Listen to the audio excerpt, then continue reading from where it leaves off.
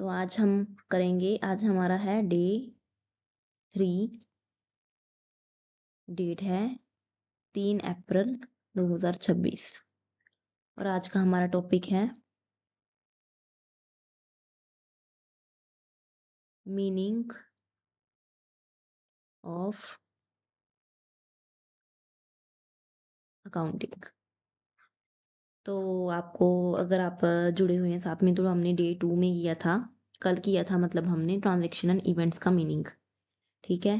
तो ट्रांस अगर आपको नहीं मीनिंग पता तो आप वीडियो में जाके देख सकते हैं डे 2 की वीडियो, जिसमें आपको ट्रांजैक्शनल इवेंट्स का मीनिंग बताया हुआ है। तो अब उसी से ही हम कंटिन्यू कर रहे हैं नेक्स्ट की ट्रांजैक्शनल इवेंट्स जो हमने पढ़ा था।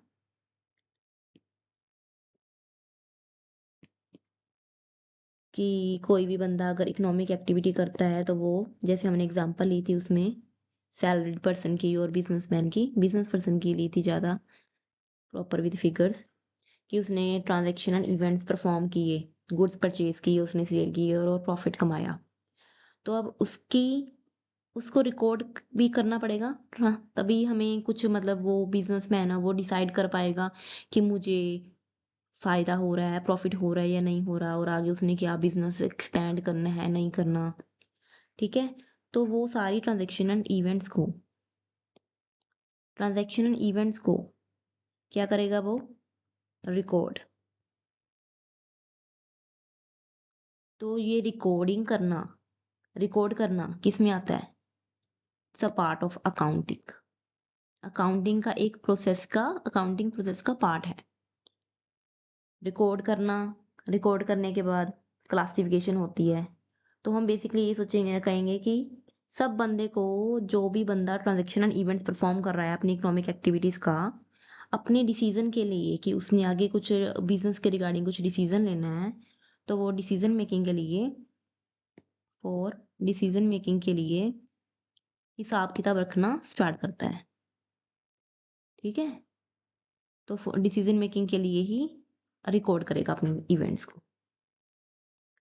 अब इसी एस्पेक्ट से, पॉइंट से ही कंसेप्ट ये अकाउंटिंग का आया है। क्योंकि हमें डिसीजंस लेने होते हैं, तो अकाउंटिंग नाम का जो डिसिप्लिन है, एक सब्जेक्ट है। ठीक है, ये इवॉल्व हुआ। ठीक है। हम इसको सब्जेक्ट भी कह सकते हैं। ये कि विषय, एक तरह का अकाउंटिंग डिसिप्लिन इवॉल्व हुआ। ठीक है। तो बेसिकली अकाउंटिंग का अब हम फुल मीनिंग करेंगे कि अकाउंटिंग है क्या।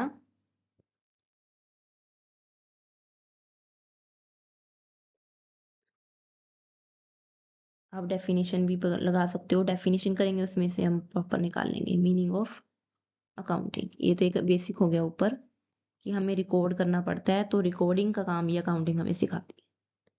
ठीक है। तो बेसिकली अकाउंटिंग क्या है? अकाउंटिंग एक आर्ट है, इजी आर्ट। आर्ट ऑफ, किस चीज की आर्ट है? रिकॉर्डिंग। जो हम ट्रांजेक्शन्स करेंगे, परफॉर्म करेंगे, इवेंट्स जो भी हैं, उसको हम क्या करेंगे? रिकॉर्ड। उसके बाद करेंगे हम क्लासीफाई।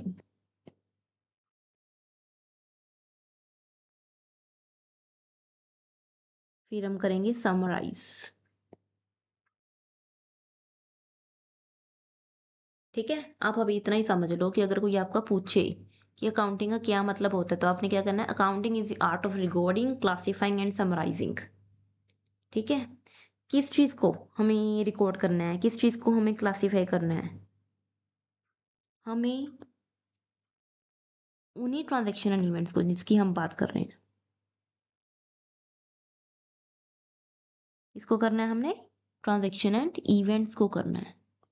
रिकॉर्ड भी, क्लासिफाई भी, समराइज भी।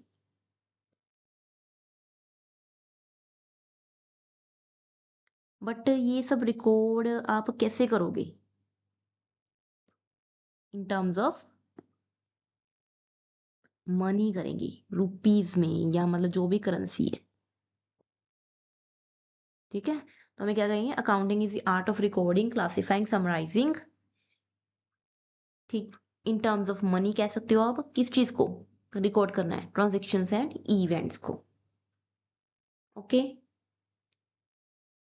मतलब बेसिकली जो फाइनेंशियल होंगी चीजें मनी में, हम जिसको मेजर कर सकेंगे उसी को हम रिकॉर्ड करेंगे। और उसके बाद एक इसमें ऐड ऑन हो जाता है प्लस पॉइंट, कि सिर्फ रिकॉर्डिंग, अकाउंटिंग का काम सिर्फ रिकॉर्ड करना, क्लासिफाई करना, समराइज करना नहीं होता, इसमें एक और चीज भी ऐड की होती है कि इंटरप्रेट भी करना होता है, इंटरप्रेटिंग द रिजल्ट्स, ठीक है। अब हम धीरे धीरे वन बाय वन समझेंगे कि रिकॉर्डिंग का मतलब क्या है, रिकॉर्डिंग कैसे करना है, क्लासीफाई कैसे करना है, समराइज कैसे करना है, इसका क्या मीनिंग होता है। तो हम वन बाय वन चलेंगे। सबसे फर्स्ट,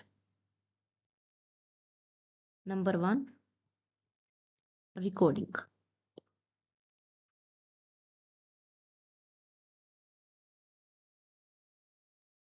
रिकॉर्डिंग क्या है?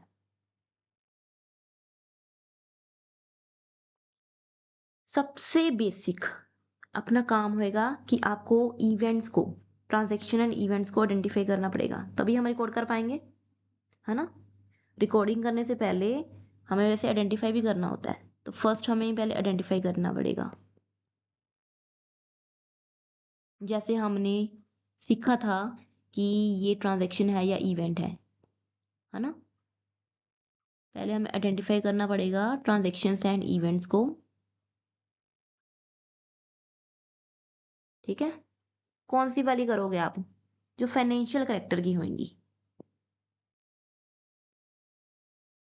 मतलब जिसमें पैसा इन्वॉल्व होएगा, of financial character. Financial character का क्या मतलब है? मतलब जिसको हम मनी में मेजर कर सकते हैं, ठीक है। कैन बी, इसको एक मिनट,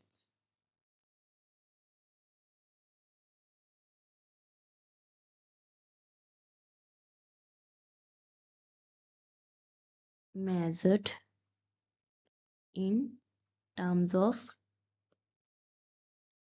money, ठीक है। फाइनेंशियल करेक्टर का सबसे पहले हमें आइडेंटिफाई करना पड़ेगा ट्रांजैक्शन एंड इवेंट्स को,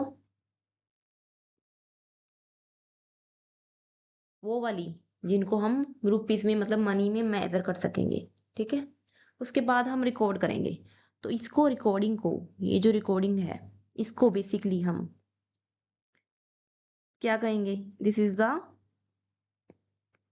रिकॉर्डिंग को याद रखना, रिकॉर्डिंग को क्या कहते हैं, दिस इज द प्राइमरी, मतलब बेसिक फंक्शन है ये अकाउंटिंग का, basic function of accounting, okay. अब हमने रिकॉर्डिंग करनी किस में है, रिकॉर्डिंग ऐसे, मतलब किसी चीज में तो करेंगे ना, कोई बुक में, कोई कॉपी में, कोई कोई बुक बनेगी, तो ये सब कुछ हम रिकॉर्डिंग किस में करेंगे, recording is done in a book, एक किताब खोल लेंगे हम, उस बुक को हम क्या कहलाएंगे, बुक इज कॉल्ड, इसको हम बोलते हैं जर्नल। ये आपकी नई फर्स्ट टर्म है, और ये आपको, ये एक बहुत इंपॉर्टेंट टर्म है, जर्नल। तो रिकॉर्डिंग हमारी होती है जर्नल, एक बुक में, एक किताब, मतलब ऐसे लगा लो कि एक नोटबुक टाइप होगी, उसको हम जर्नल बोलते हैं। ये आपको याद रखना है कि recording is done in a book called journal. अब वो मैं आपको आगे बताऊंगी, आप फिलहाल के लिए इतना ही याद रखो कि जो हम कह रहे हैं कि recording is a first main function है, ठीक है। ट्रांजैक्शन एंड इवेंट्स रिकॉर्ड करने के लिए उसको हम एक बुक में करते हैं जर्नल। जर्नल की भी आगे जो है कैटेगरीज होती हैं, सब्सिडरी बुक्स होती हैं, वो हम ज़्यादा बाद में पढ़ेंगे, ठीक है। अभी के लिए बस इतना ही। अब हम बढ़ेंगे नेक्स्ट, सेकंड क्लासिफाइंग क्या मतलब है उसका? हमने ऊपर पढ़ा था ना, जैसे कि हमारी रिकॉर्डिंग, नेक्स्ट क्लासिफाइंग। रिकॉर्डिंग हमने कर लिया, रिकॉर्डिंग किस में करेंगे हम? जर्नल में। अब क्लासिफिकेशन का क्या मतलब है? क्लासिफिकेशन का क्या मीनिंग है? क्लासिफिकेशन का मतलब है कि कैटेगराइजेशन करना, कि जैसे अ, हम कहते हैं ना कि मेरे पास दो तरह की, अगर आपके पास दो तरह की आइटम्स हैं तो हम उसको अलग अलग कर लेंगे, पेंसिल को अलग कर लेंगे, पेन को अलग कर लेंगे, है ना। और अगर लगा लो कि क्लास में स्टूडेंट्स हैं तो गर्ल्स को अलग, बॉयज़ को अलग, उसके सेक्शन बना लेंगे, है ना। तो वैसे ही है क्लासिफिकेशन मीन्स। क्लासिफिकेशन का मतलब होता है जो हमने डाटा रिकॉर्ड किया है उसको क्या करना, ग्रुपिंग कर लेनी।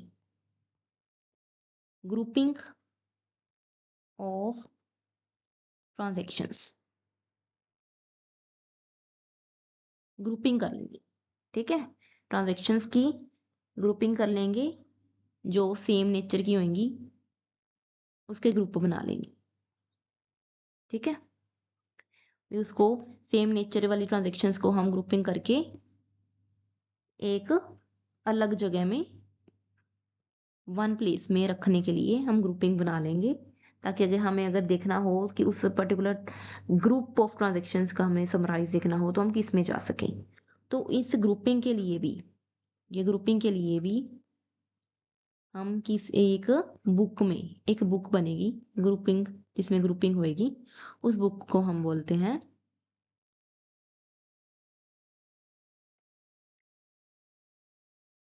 लेजर, ठीक है। इसको हम बोलेंगे बुक को लेजर। तो फर्स्ट वाली को हमने बोला था जर्नल, देखो ऊपर हमने बोला था जर्नल। रिकॉर्डिंग करते हैं हम जर्नल में, क्लासिफिकेशन करते हैं हम लेजर में। Okay, got it? क्लियर है अभी तक? तो ये अभी अभी के लिए बस ये याद रखो कि हमने क्लासिफिकेशन जो करनी है, एक हमें ग्रुपिंग करनी है ट्रांजेक्शन की, जो सिमिलर नेचर की होंगी उनको हमें एक ग्रुप में, एक प्लेस पे रखना है। तो वो सबकी ग्रुपिंग, जो जितने भी ग्रुप्स होंगे वो किस में रिकॉर्ड होंगे? एक बुक में रिकॉर्ड होंगे। वो बुक का नाम होगा लेजर, ठीक है। अब वो ग्रुप्स क्या होंगे? जैसे फॉर एग्जांपल कि कोई बिजनेस है तो वो सैलरीज पे करता है ना। तो सैलरीज का एक अलग से रिकॉर्ड हो जाएगा। अगर हम रेंट पे कर रहे हैं तो रेंट वाली ट्रांजेक्शन्स का अलग रिकॉर्ड हो जाएगा। तो सबके लिए एक अलग अलग हम अकाउंट्स खोल देंगे, ठीक है। ग्रुपिंग का मतलब यहाँ पे क्या है? ग्रुपिंग का मतलब क्या है इसमें? हम अकाउंट हेड्स ओपन कर देंगे। जैसे अकाउंट हेड्स, फॉर एग्जांपल हमने सैलरी का खोल दिया अलग से, जिसमें जिसमें सारी सैलरीज की ट्रांजेक्शन्स होंगी। अगर हम रेंट पे कर रहे हैं तो रेंट की ट्रांजेक्शन्स होंगी, ठीक है, एक्सेट्रा। डिटेल में हम बाद में पढ़ेंगे, अभी आप बस इतना ही याद रखो। अब नेक्स्ट आ गया हमारा थर्ड, थर्ड पॉइंट आ गया हमारा समराइजिंग।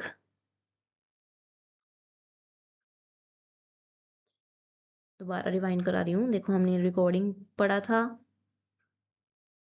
रिकॉर्डिंग, क्लासिफाइंग, अब हम कर रहे हैं समराइजिंग।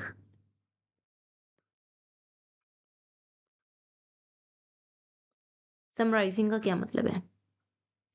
अब हमने रिकॉर्ड भी कर लिया, उसके ग्रुप्स भी बना लिए, है ना, लेजर में रिकॉर्ड कर लिया, क्लासिफिकेशन कर ली। अब उन सबको एक समरी शीट भी बनानी पड़ेगी, ठीक है। जो जो हमने अकाउंट्स, जैसे ये ग्रुप्स कर लिए, अकाउंट हेड्स खोल लिए, तो उन अकाउंट हेड्स को समरी फॉर्म में भी लाना पड़ेगा, ताकि दूसरा बंदा जो है अकेला अकेला बुक्स ना खोले ना, उसको समराइज फॉर्म में देख सके। तो इसको हम क्या करते हैं? प्रेजेंटेशन करते हैं इसकी हम, मतलब सभी अकाउंट हेड्स की।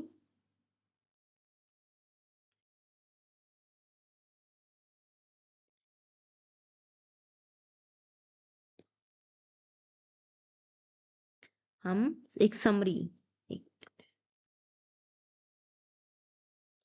समरी बनाते हैं। समराइज से पता लग रहा है समरी बनाएंगे, है ना? किसकी? जो हमने ऊपर अकाउंट्स हेड्स, जो हमने अकाउंट्स खोले हैं लेजर से, समरी ऑफ हम कह सकते हैं कि अकाउंट हेड्स।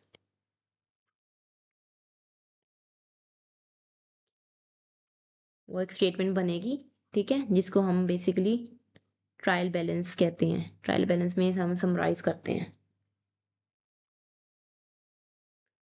मतलब फिर balance sheet, profit and loss account, ये सारी उससे हम बनाते हैं। वो हमने एक और टर्म पढ़ी थी वहाँ पे कि लास्ट में कि रिकॉर्डिंग तक क्लासिफिकेशन और इसमें तक सीमित नहीं है। ये देखो दोबारा ऊपर आ जाते हैं। उसमें हमें रिजल्ट्स को इंटरप्रेट भी करना है, एनालाइज भी करना है।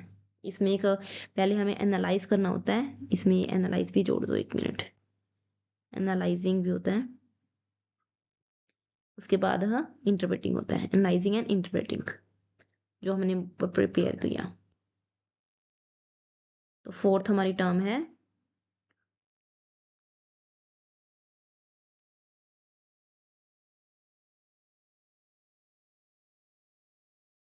एनालाइजिंग।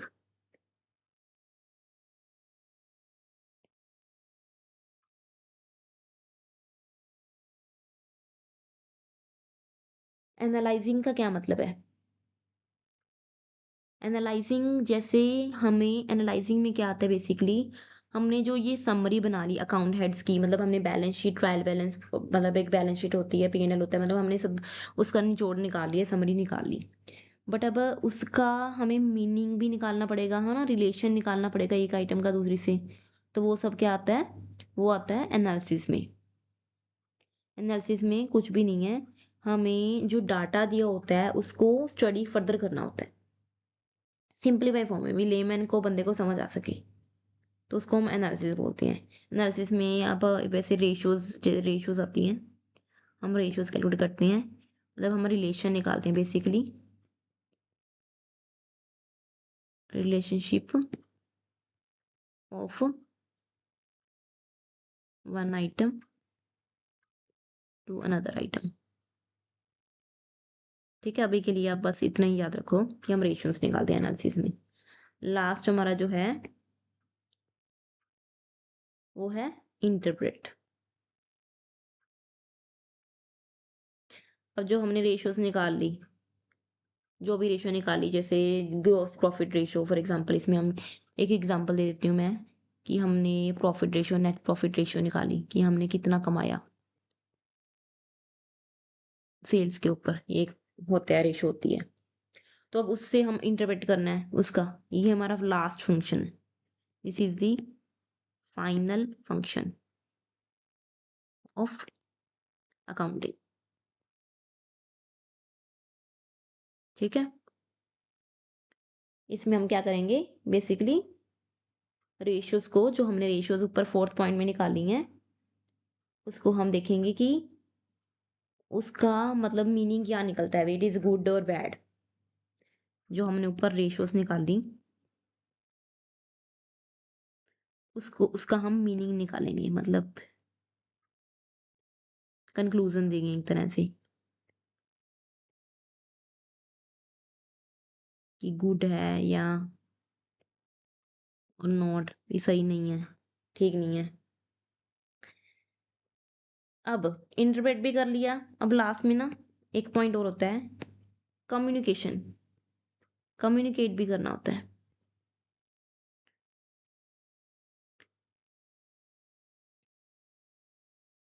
कम्युनिकेशन मतलब, अब जिसने, जो शेयर होल्डर्स, बिजनेस में जो बंदे पैसे लगाते हैं, ठीक है, अब उनको, जो ये सारा हमने, इतना सारा ये हमने जर्नल लेजर रिकॉर्ड किया, balance sheet, profit and loss account, ये सब बनाएंगे, तो ये सब हमने उनको कम्युनिकेट भी करना है ना?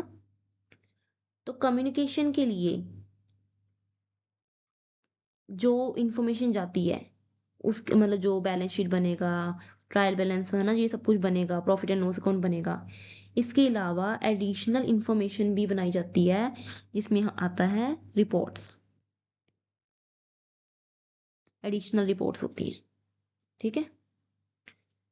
अकाउंटिंग रिपोर्ट्स कह सकते हो आप।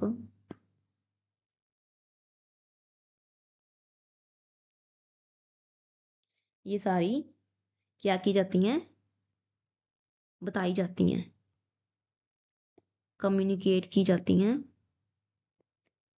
To and users. अब एंड यूजर्स कौन हो सकते हैं? जिन्होंने उधार दिया है वो भी हो सकते हैं, उनको क्रेडिटर्स बोलते हैं। जिन्होंने पैसा लगाया है मालिक वो हो सकते हैं। गवर्नमेंट भी हो सकती है, ठीक है, गवर्नमेंट ने क्योंकि टैक्सेस लेने होते हैं, तो ऐसे ही गवर्नमेंट हो गए, एम्प्लॉयज भी हो गए, तो वो भी एक यूजर्स हैं। तो उनको कम्युनिकेट करना ये हमारा पार्ट हो गया। ठीक है, तो ये एक तरह का हमने जो पढ़ा सारा समराइज फॉर्म में ही पढ़ा है। ये हमारी अकाउंटिंग की डेफिनेशन थी। ठीक है, recording, classifying, interpreting the results and last में यहाँ पे एंड कम्युनिकेटिंग। ठीक है, टू एंड यूजर्स। ये सारा हमारा क्या है, अकाउंटिंग का मीनिंग है। सो आपको क्लियर होगा। ठीक है, ओके, ठीक है, मिलते हैं, बाय बाय।